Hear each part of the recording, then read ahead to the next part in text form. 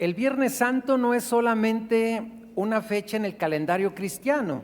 Lo que ocurrió en la cruz no fue un accidente, no fue una tragedia inesperada, ni el fracaso de un líder religioso.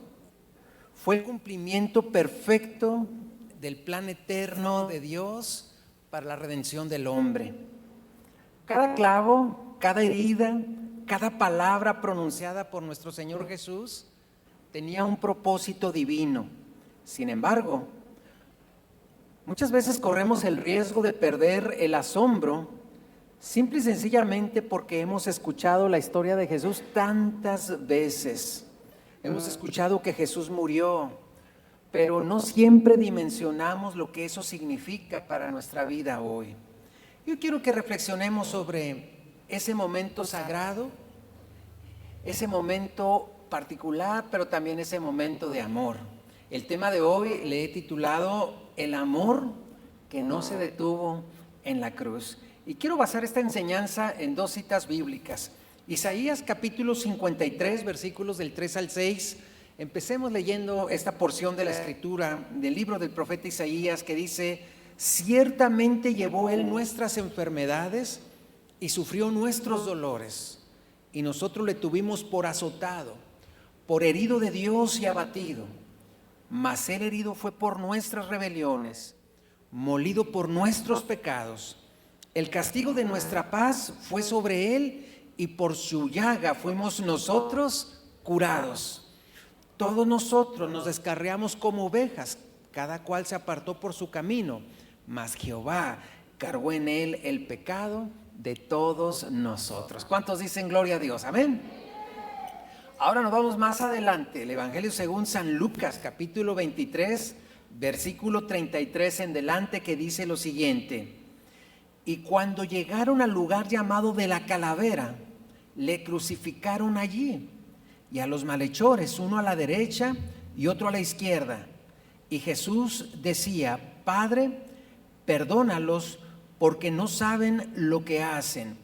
Y repartieron entre sí sus vestidos, echando suertes. Estos pasajes nos muestran tanto la profecía como el cumplimiento del sacrificio de Cristo. Y yo quiero empezar hablando sobre el significado de la cruz. La crucifixión, quiero que podamos dimensionar lo que esto significa. Para ese momento era uno de los métodos más crueles y humillantes de ejecución en el Imperio Romano.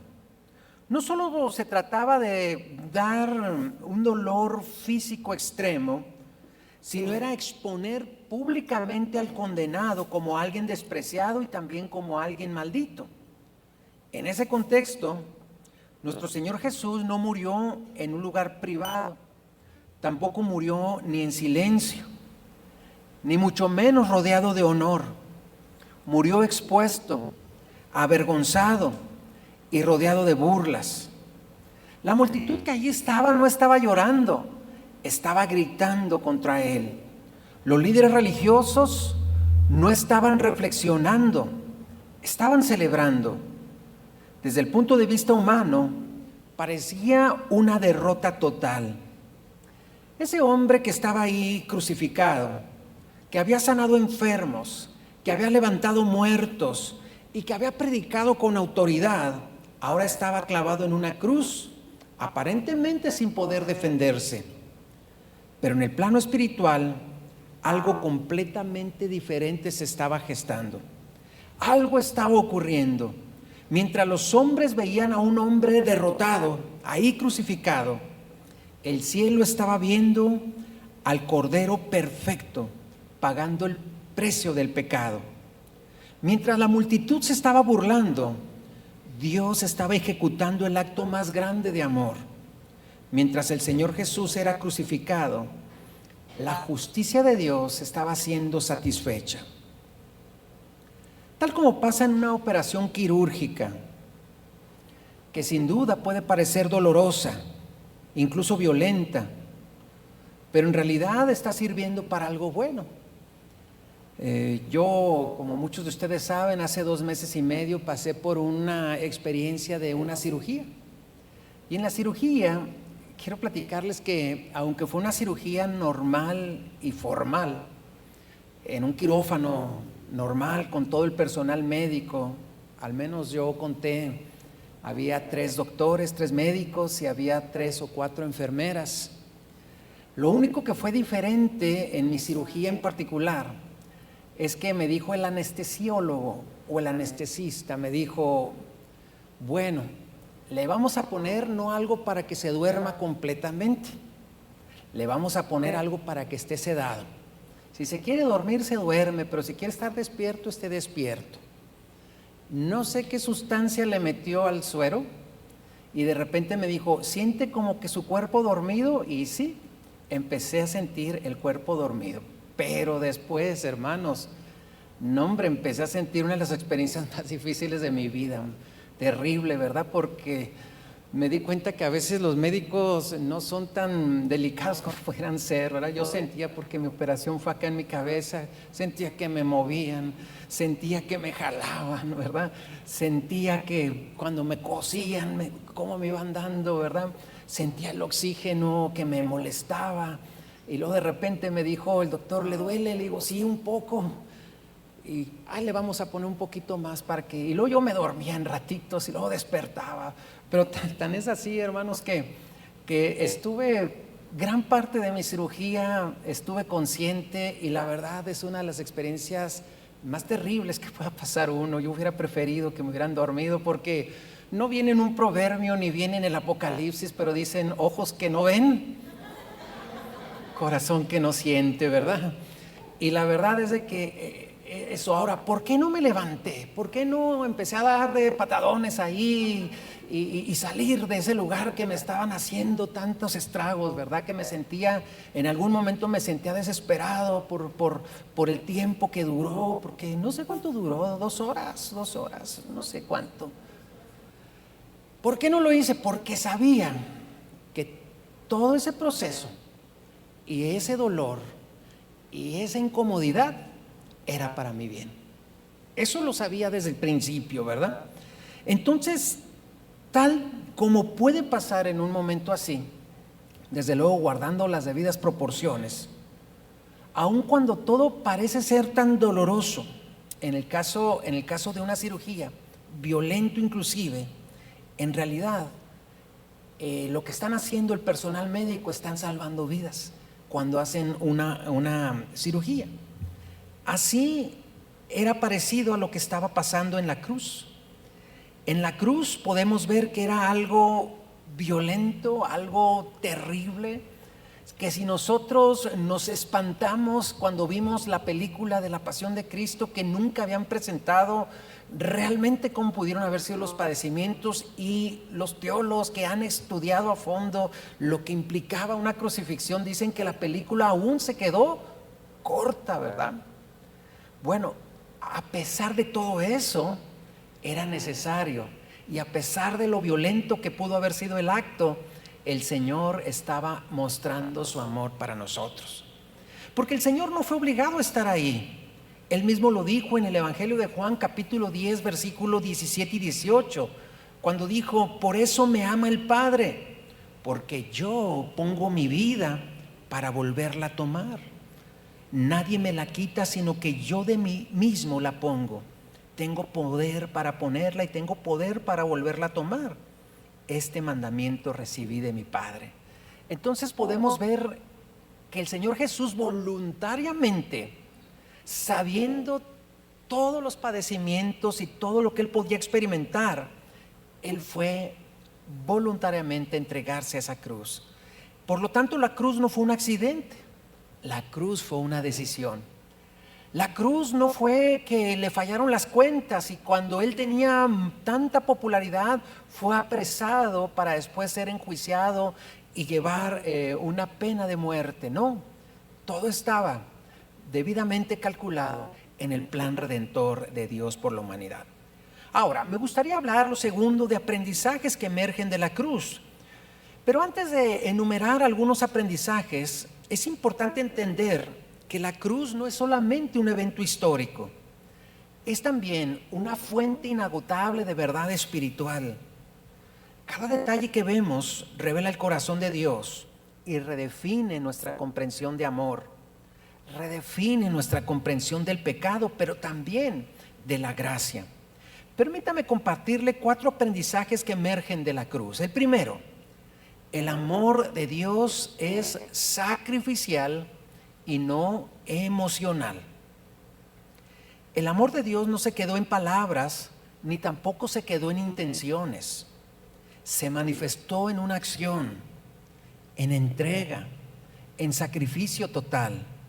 Romanos capítulo 5, versículo 8 dice lo siguiente: mas Dios muestra su amor para con nosotros, en que siendo aún pecadores, Cristo murió por nosotros. Y es ahí el gran milagro, es que nuestro Señor Jesús no esperó a que cambiáramos para amarnos. Aún siendo pecadores, aún no teniendo derecho a Él, Él murió por nosotros. No esperó a que fuéramos dignos, Él murió en nuestro peor momento. Hoy en día muchos confunden el amor con sentimiento, pero la cruz nos enseña que el verdadero amor implica dar, implica sufrir, implica permanecer. Es decir, implica dar, implica sacrificio e implica permanencia. De la misma manera que un padre que dona un órgano para salvar a su hijo, aún sabiendo el dolor, pero también sabiendo el riesgo. Cuando un padre ve a su hijo enfermo y que necesita un órgano, el padre o la madre, siendo compatibles por la genética, están dispuestos a dar de sí, ¿verdad? Y dicen, no importa el riesgo, no importa el dolor, no importa el proceso, todo sea con tal de que mi hijo se cure. Ese es el tipo de amor que vemos en la cruz. Un amor que no importó, hermanos, el dolor, el sufrimiento, sino lo único que quiso es darse por la humanidad. Segundo aprendizaje es que el pecado tiene consecuencias reales y tiene consecuencias graves. La cruz revela que muchas personas quieren ignorar. El pecado no es algo ligero. Si el pecado pudiera resolverse con buenas intenciones, la cruz no habría sido necesaria. Pero fue necesario un sacrificio perfecto porque el pecado tiene un gran costo. En los versículos que leímos al inicio del profeta Isaías, en capítulo 53, él declara que él fue herido por nuestras rebeliones. Cada golpe que él recibió pudo reflejar la seriedad del pecado. La cruz nos recuerda que el pecado destruye, separa y mata, pero también nos muestra que Dios proveyó la solución. Tercero, la gracia de Dios es inmerecida, pero también es suficiente. En la misma cruz el Señor Jesús dijo: Padre, perdónalos, porque no saben lo que hacen. Él no pidió juicio, Él no pidió venganza, Él pidió perdón para los que le estaban agrediendo. Esto revela que la salvación no se basa en lo que hacemos, sino se basa en lo que Él hizo. La salvación nunca será un mérito que nosotros podamos obtener, sino si algo es que es recibido porque Él así lo permitió. Efesios capítulo 2, versículos 8 y 9 dice que somos salvos por gracia, no por obras. Mucha gente se equivoca y dice creer ganar el cielo haciendo buenas obras, pero la Biblia lo que enseña no es por nuestras buenas obras. Es más, la Biblia dice que nuestras buenas obras son como trapos de inmundicia delante de Dios. Entonces, ¿cómo funciona esto? Recibimos la salvación por gracia, sin merecerlo, y las buenas obras deben venir después como resultado de nuestra gratitud. Es decir, que nosotros tenemos que tener una conducta acorde al amor de Dios, una conducta que es acorde a la salvación recibida. La gracia lo que hace es que no ignora el pecado, lo paga. Bueno, pues todavía recuerdo en una ocasión que andábamos fuera de la ciudad y en la casa donde nos hospedaron en Estados Unidos, mis hijos se pusieron a jugar fútbol afuera Y pues no van dándole un balonazo a una ventana, hay una ventana pequeña, pero quebraron el vidrio. Entonces, hermanos, pues de verdad, mis niños, o ahora mis hijos, ¿verdad?, no tenían la capacidad para pagar, ¿verdad?, ese cristal. Entonces yo salí y dije, no se preocupen, el costo del cristal yo lo voy a absorber. Pero no sabía que en Estados Unidos todo es más caro, hermanos, porque ese costo era un cristal que aquí hubiera costado, ¿qué le gusta? 200 pesos, o sea, me costó como $130, ¿verdad? Y bueno, pues ni modo, hermanos. O sea que yo tuve que salir a redimir la falta de mis hijos, y la manera de redimirla es pagando el precio, por muy alto que fuera. Entonces Dios no dijo, bueno, tienen pecaditos pequeños, no importa, se los puedo pasar por alto. No, el Señor Jesús dijo, han pecado y merecen, ¿verdad?, ellos la muerte. La palabra de Dios eso lo enseña, por cuanto todos pecaron, están destituidos de la gloria de Dios. Pero ¿saben una cosa? Él mandó el pago, ¿verdad? Y el pago fue la ofrenda perfecta, que es nuestro Señor Jesucristo. La gracia no ignora el pecado, lo que hace lo paga. Y Jesús, nuestro Redentor, lo pagó completamente, hermanos. Y a eso podemos nosotros glorificar el nombre del Señor. Y cuarto aprendizaje es que el perdón debe de ser una práctica constante en nuestra vida. Cuando nosotros recibimos el perdón en medio del dolor más intenso, ¿cómo ahora nosotros podríamos negarnos a perdonar las ofensas cotidianas que recibimos? Es decir, que la cruz nos confronta y confronta nuestro orgullo y nos llama a una vida de gracia. Hemos recibido perdón, hemos recibido gracia. Bueno, de gracia también nosotros tenemos que brindar a las demás personas. Veamos lo que dice Colosenses 3:13, que dice, soportándoos unos a otros y perdonándoos unos a otros, como Cristo os perdonó. Y este es el estándar de perdón que el Señor nos ha puesto. ¿Cuánto tenemos que perdonar? Todo. ¿Por qué? Porque así como Cristo nos perdonó, nosotros tenemos que perdonar. Y este versículo nos instruye claramente, no es una sugerencia, es un mandato que nace del ejemplo de nuestro Señor Jesús. El perdón no debe de ser una opción emocional, debe de ser una decisión espiritual. No depende de lo que sentimos, sino de lo que Cristo ya hizo por nosotros. Porque cuando nosotros no perdonamos, entonces el corazón se endurece. Pero cuando nosotros perdonamos, entonces el corazón es libre. Quien perdona no justifica la ofensa, pero sí rompe la cadena que ata al dolor. La cruz entonces no solo nos salva del pecado, también nos enseña a vivir diariamente. ¿Cómo debemos vivir? En humildad, en gracia y en misericordia. Entonces perdonar no quiere decir olvidar, sino decidir no cobrar más la deuda, decidir no cobrar más esa ofensa que hemos recibido. Es soltar el derecho a vengarse y confiar en la justicia de Dios, porque cada vez que perdonamos, nosotros reflejamos el carácter de Cristo y damos testimonio de que su obra en la cruz sigue vigente en nosotros. Ahora, la pregunta es, viendo lo que implica la cruz o lo que debe de implicar la cruz, ¿cómo nosotros podemos responder a la cruz en nuestra vida? ¿Cuál debe de ser nuestra manera de reaccionar ante un sacrificio como el que hemos hablado hoy? Después de entender lo que la cruz significa, nosotros no debemos permanecer indiferentes. Es decir, nos tiene que caer, como se dice coloquialmente, nos tiene que caer el 20. Recibí la salvación, Cristo murió por mis pecados, mi vida no puede ser la misma. Por eso la cruz exige una respuesta. Si no decimos que esa cruz, ¿verdad?, cambia o transforma las vidas de las personas, entonces algo, hermanos, anda mal.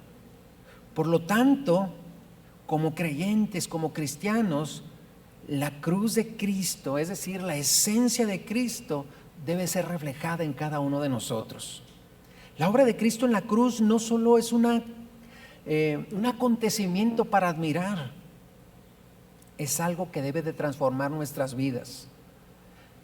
Volviendo a referirme a la película de la Pasión de Cristo, que si más o menos recuerdo qué año fue, creo que fue el año 2004 cuando salió en los cines. Yo recuerdo que fui por primera vez a ver la película y todos entramos al cine. A mí me gusta siempre comprar palomitas y mi soda, y entramos, y al igual que yo, muchas personas, ¿verdad? Entramos. Y empezaron los cortos y estaba comiendo palomitas y todo, se oía el crujir de dientes, no se crean, el crujir de las palomitas, ¿verdad? Y estábamos ahí comiendo y todo. Cuando empieza la película, hermanos, no hombre, lo primero que dejamos fue de comer todos. Y luego yo recuerdo que aquí atrás había una, no sé si se llamaba Magdalena la señora, pero lloró toda la película. Pero no lloraba discretamente, lloraba y lloraba y lloraba. Toda la película estaba llore y llore y llore. Y al final, cuando salimos, hermanos, yo me fijé que todos salían con sus botes de palomita, pues no vacíos, como suele pasar. Y me atreví a irle a preguntar a uno de los que vendían ahí en el cine los dulces, las botanas, los snacks. Entonces le pregunté, oiga, ¿y así pasa en todos? Y él me comentó, no hombre, todos entran bien contentos como si fuera una película normal, y salen con los ojos llorosos y salen con sus palomitas y sus refrescos llenos, ¿verdad? Como nunca pasa en un cine. ¿Por qué, hermanos? Porque definitivamente eso es algo que nos pega emocionalmente. Es una impresión tremenda ver lo que Jesús vivió en la cruz. Pero más que dejar de comer palomitas y solamente llorar al ver las escenas, si nosotros decimos ser cristianos, entonces la cruz, hermanos, tiene que transformar nuestras vidas. La obra de Cristo no es algo que solo podamos admirar, es algo que debe transformar nuestra vida y que se debe de imitar. Es por eso que por todo lo aprendido hasta aquí me gustaría darle a continuación 4 maneras de que podemos responder a la cruz. La primera, reconozca su necesidad de salvación. La cruz pierde sentido para quien no reconoce su condición espiritual. Si no hay conciencia de pecado, es decir, si no estoy consciente de que soy un pecador, nunca valoraré el sacrificio. La Escritura es clara. Todos hemos fallado, por lo tanto, todos estamos destituidos de la gloria de Dios. No se trata de qué tan buena persona podamos haber sido, sino se trata de que nadie pueda justificarse por sí mismo. Entonces, cuando reconocemos nuestra necesidad, esto no será un acto de debilidad, será un acto de honestidad espiritual. Y ese es el punto de partida para la gracia. Todos los que somos padres podemos sentirnos identificados con esto. Por más que nosotros regañemos a nuestros hijos, eduquemos a nuestros hijos, le demos consejos a nuestros hijos, mientras no haya conciencia en ellos van a seguir siendo iguales. Yo recuerdo cuando entré a tercero de secundaria, a mí me cambiaron de secundaria en tercer año. Yo iba a una secundaria que me gustaba mucho, que me sentía muy identificado, que tenía mis amigos. Entonces, cuando me cambian a una secundaria que tenía muy buena reputación en ese tiempo, pero ya a la hora de estar en ella me di cuenta que no era ni la sombra de la secundaria donde yo venía. Entonces, lo que yo empecé a hacer, ¿verdad? Empecé a no asistir a las clases. ¿Sí? Mis papás me llevaban y me dejaban en la esquina. Entonces yo empezaba a caminar con rumbo a la puerta principal, y cuando veía que se arrancaban me daba la vuelta y me iba a pasar el rato por ahí. A veces cuando me iba de la casa en camión, pues sí me iba en el camión, me iba uniformado y me iba en el camión. Y luego después, hermanos, ¿verdad? Después veía dónde perder el tiempo durante el rato que era la escuela, y luego regresaba en camión y uniformado como si todo hubiera pasado. Entonces, por más que mis papás me daban dinero para el camión, me compraban materiales o me llevaban a la escuela si era necesario, por más que ellos hacían todo para que yo estudiara, si yo no tenía la conciencia, hermanos, de poder, de tener la necesidad de estudiar, pasaba lo que pasaba. Es importante entonces que cada uno de nosotros tengamos la conciencia, porque si no, no va a pasar absolutamente nada en nuestra vida. Después les platico el resultado. Bueno, se lo platico de una vez. Bueno, no es por presumir, pero a mí siempre se me ha dado el estudio. Y todas las materias las aprobé. Pero todas las materias tenían en el lado de observaciones y decía, reprobado por faltas. Eran 8 materias y todas aprobadas y todas al mismo tiempo reprobadas por faltas. Cuando fue mi mamá a hablar con el director, que habían sido compañeros en la escuela normal, el director le dijo, pues Chayo, mira, pues podemos hacer algo por tu hijo tiene buenas calificaciones, que presente los extraordinarios, seguramente los va a pasar y que pues se gradúe. Y mi mamá, ¿verdad? Que pues con dureza dijo, no, si él reprobó, que repita el año. Y yo me aventé 4 años en secundaria, hermanos. Claro que el segundo tercer año que cursé, pues fue mucho más fácil que el tercer año, así que ya me lo sabía un poco, pero esa fue mi consecuencia. Y qué bueno que mi mamá me trató así, qué bueno que ella me enseñó, ¿verdad?, a través de una disciplina, que yo tenía que hacerme responsable de mis actos, que después me podía tanto haber perdido un año de escuela. Pero bueno, cada uno de nosotros tenemos que tener nuestra conciencia, nuestra propia conciencia de nuestros actos. Y todos podemos saber si realmente hemos valorado el sacrificio de nuestro Señor en la cruz. Y todos podemos entonces también tener la conciencia de que si estamos haciendo obras congruentes a ese gran sacrificio. Por lo tanto, reconocer nuestra necesidad será un acto de honestidad espiritual. Muchos rechazan la cruz no porque no sea suficiente, sino porque no aceptan que la necesitan. Pero cuando alguien reconoce su condición, la cruz deja de ser un símbolo lejano y se convierte en una respuesta personal. La salvación comienza cuando dejamos de justificarnos y comenzamos entonces a rendirnos. Segunda respuesta que podemos dar es: rinda su vida completamente a Cristo. El Señor Jesús no entregó una parte de su vida, Él entregó todo por nosotros. Su sacrificio fue total, sin reservas, sin condiciones. Por lo tanto, la respuesta correcta no puede ser parcial. Te voy a servir una parte de mi vida, te voy a servir cuando ya pase este proyecto.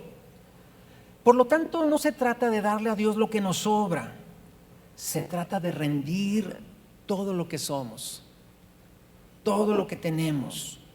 Muchos quieren a Cristo como Salvador, pero no lo quieren como Señor. Quieren el beneficio de la cruz, ven y sálvame, Señor, pero no quieren el gobierno de Cristo en sus vidas. Pero Jesucristo es Salvador, gloria a Dios, pero también es Señor. Y tenemos que recibirlo como Salvador, que nos libra de la muerte, que nos libra de la maldición, de la condenación que recibimos por una herencia de Adán, ¿verdad? Pero al mismo tiempo tenemos que recibir a Jesucristo como nuestro Señor. Entonces, rendir la vida ante el Señor implica entregar decisiones, planes, relaciones, tiempo, recursos y voluntad. No podemos entregar solo una habitación de nuestra casa a Dios y cerrar la puerta de las demás. Él no busca visitas ocasionales, Él quiere habitar en nosotros. Y la verdadera rendición no es pérdida, es ganancia. Cuando Cristo gobierna nuestra vida, ¿qué cree? La vida encuentra orden, la vida encuentra propósito y la vida encuentra dirección. Sea el nombre del Señor glorificado. Amén. Tercera respuesta: viva agradecido y comprometido. La cruz no solamente nos salva, también nos compromete. No es un evento para recordar una vez al año, es una verdad para vivir todos los días de nuestra vida. Un corazón agradecido, hermanos, no vive igual. La gratitud transforma prioridades, transforma decisiones y transforma nuestro estilo de vida.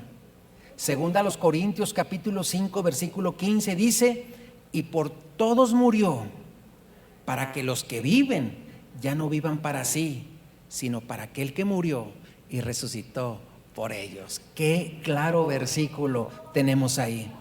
Entonces, vivir agradecido implica honrar a Dios en lo cotidiano, en nuestras palabras, en nuestras acciones, en nuestro carácter. El compromiso a Dios no es legalismo, es respuesta de amor. Es decir, nosotros le amamos porque Él nos amó primero. No obedecemos para ser salvos, obedecemos porque ya fuimos alcanzados por su gracia. La cruz produce entonces una vida intencional. Ya no vivimos para nosotros, sino vivimos para aquel que lo dio todo por nosotros. Y cuarta respuesta, y muy importante: compartamos este mensaje con los demás. La cruz no debe de ser un mensaje privado, y es una verdad que debe proclamarse cada día.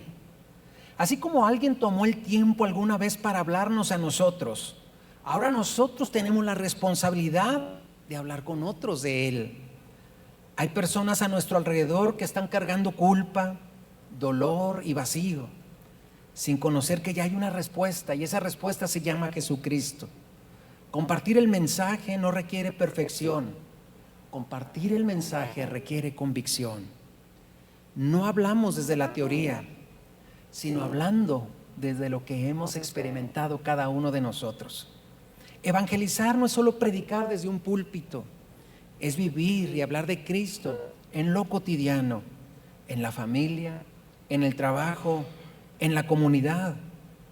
La cruz sigue teniendo poder hoy, pero alguien, y ese alguien somos usted y yo, tenemos que anunciar ese poder que hay en la cruz. Cada uno de nosotros somos testigos de lo que Cristo ha hecho, y cada testimonio puede ser la puerta para la salvación de alguien más. Así que tomemos el reto, compartamos nuestra fe con alguien más, y que al rato nuestra iglesia está llena, cada lugar vacío esté lleno, pero no por el hecho de querer llenar un lugar, un recinto, sino para ver vidas transformadas, vidas que se le arrebatan al enemigo, vidas que iban directo al infierno y ahora reciben esta promesa de vida eterna. Eso es el evangelismo. Quiero concluir en esta hora diciendo que la cruz no fue el final, fue el inicio de la esperanza. Jesucristo nuestro Señor fue a la cruz y ahí murió, y parecía que eso era el final, pero eso no fue el final, sino solamente el inicio. Ese día oscuro se convirtió en la luz más grande para la humanidad. Nuestro Señor Jesús no se detuvo ante el dolor, no se detuvo ante la traición, no se detuvo ante la cruz, porque había algo más grande, que era el amor por nosotros. Hoy la pregunta no es ¿qué hizo Jesús? Eso ya fue algo que está consumado, como dice la Escritura. ¿Qué hizo Jesús por nosotros? Ya lo sabemos. La pregunta es ¿qué haremos nosotros con ese sacrificio? Y hoy, un día de Viernes Santo, es un buen día para responder. Si usted necesita perdón, Él ya lo pagó. Si necesita restauración, Él ya abrió el camino. Si necesita comenzar de nuevo, hoy es un día para iniciar nuestro caminar en Cristo. Hoy le invito a tomar acción, no solo reflexionar, sino responder.